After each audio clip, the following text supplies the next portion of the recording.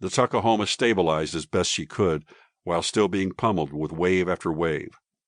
The ship's emergency lights had come on, but they would only last an hour or so.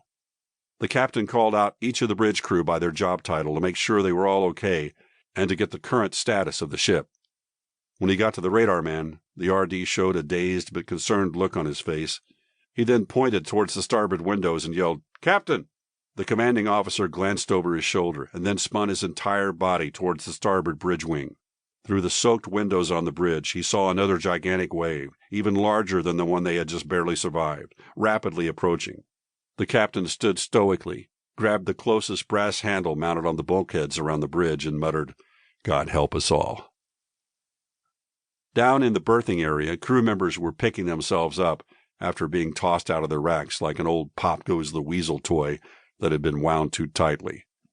Most had been sleeping, but others had been reading or had their headphones on listening to music with their portable cassette players. Josh had been sleeping comfortably when the first monster wave hit.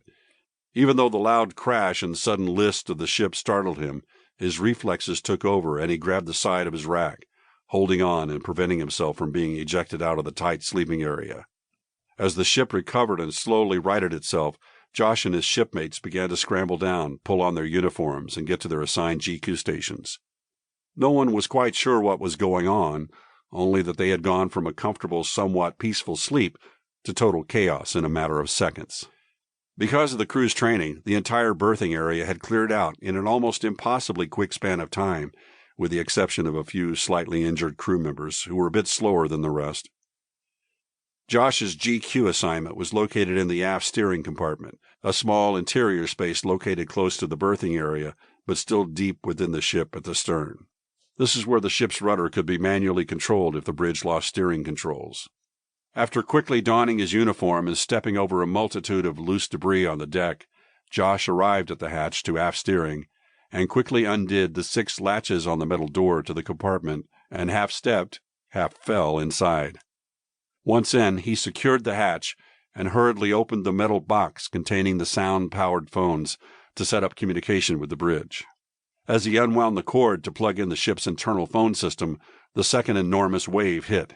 With a second sudden and massive jolt to the ship, Josh instinctively attempted to grab one of the pipes attached to the bulkhead and hold on as the ship again heaved over. Before he could establish a firm grip, the force of the impact jerked his hand from the pipe and sent him smashing into the far bulkhead of the stern, hitting his head on the thick, cold steel and causing blackness to come over him.